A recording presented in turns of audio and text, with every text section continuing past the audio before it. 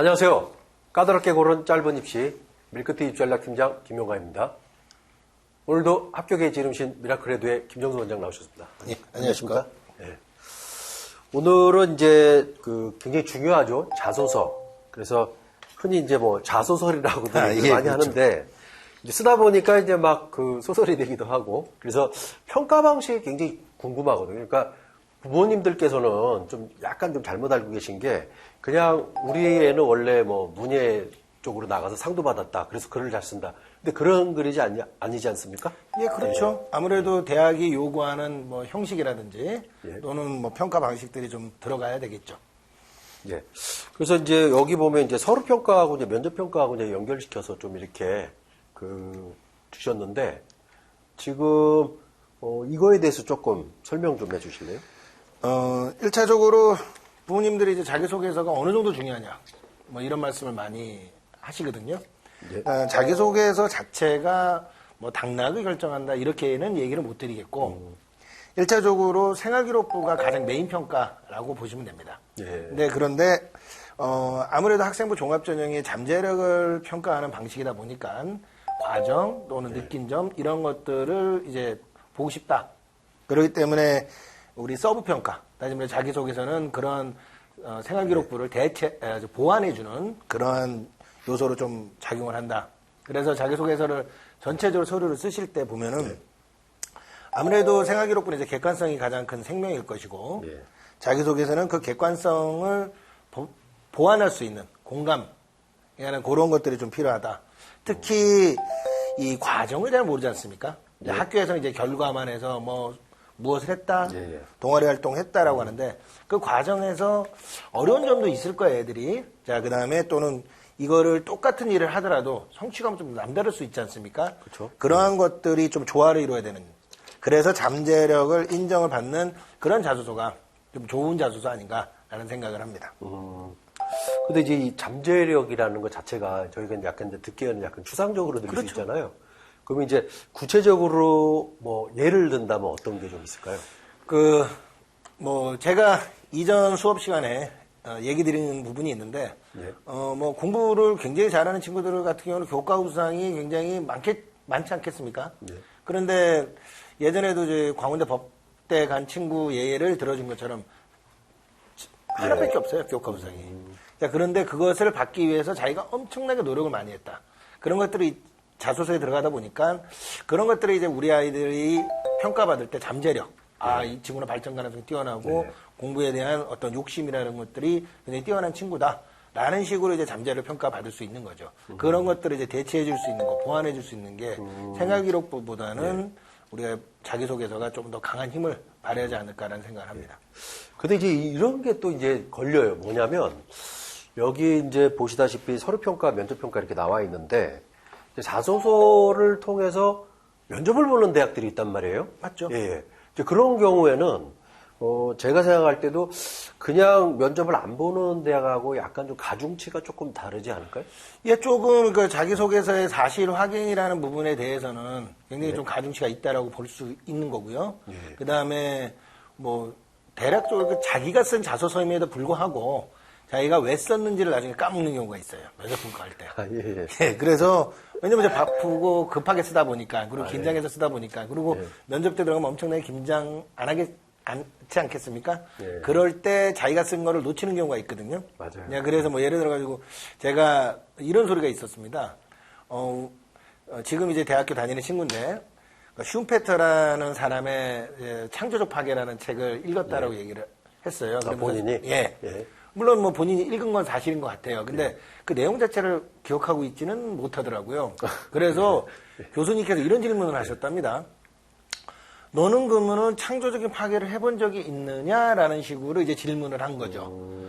그때 물론 이제 면접 대비가 굉장히 중요한 부분인데 그 부분을 좀 준비를 해서 들어가서 넌 참 성적에 비해서 대단한 친구구나 라는 소리를 좀 들은 경우도 있죠. 그러니까 면접 평가에 있어서 서류가 그런 중요한 요소들, 교수님이 관심 가지는 요소들을 체크해주는 또는 그것을 좀 부각시켜주는 그런 요소로도 이제 작용이 될 수 있다고 봅니다.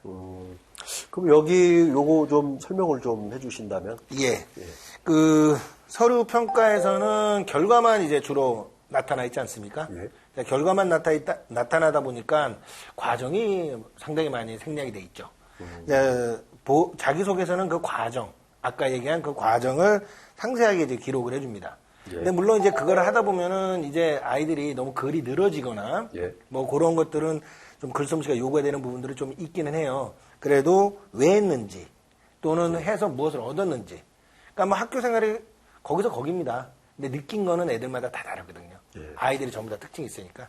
그래서 서류 평가에서는 그러한 부분들을 독창적으로 기술을 해주면 대학에서는 상당히 좀 선호하는. 그리고 대학에서는 그런 부분들을 나중에 면접 때 질문을 해주는 그런 요소로 작용한다라고 이제 볼 수가 있죠. 근데 이제 이 자소서를 이렇게 처음 뭐 이렇게 저희가 이제 딱 이렇게 그 한번 과정을 이렇게 살펴보면 쓰는 이제 과정을 좀 살펴보면 대부분 부모님이 관여하는 경우도 있지 않습니까? 예, 그렇죠. 근데 제가 예전에 저도 이제 그 합격한 사례 학생하고 이제 어떻게 대화를 이제 하게 됐는데, 자소서가 괜찮았어요, 그 학생은. 근데 이제 나중에 그 학생이 같이 이제 밥을 먹는데 이제 그런 얘기를 하더라고요. 부모님이 좀 봐주신 자소서를 제출하지 않았다. 네, 그래서 왜 그랬냐? 그랬더니 아시지 않습니까? 뭐, 부모님께서 이렇게 관여를 하시게 되면 본인 자소서가 아니라 부모님 자소서가 되잖아요. 그런 경우 좀 있지 않습니까?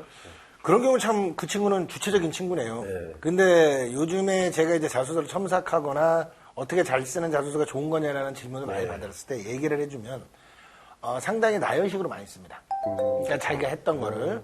근데 뭐 대학에서는 발전 가능성 있는 아이, 좀 부족한 아이를 이제 선발해서 굉장히 훌륭한 아이로 키우려고 노력을 하는데 거기에 쓴 거 보면은 굉장히 자기가 화려하다라는 식으로 써 있는 경우가 굉장히 많거든요.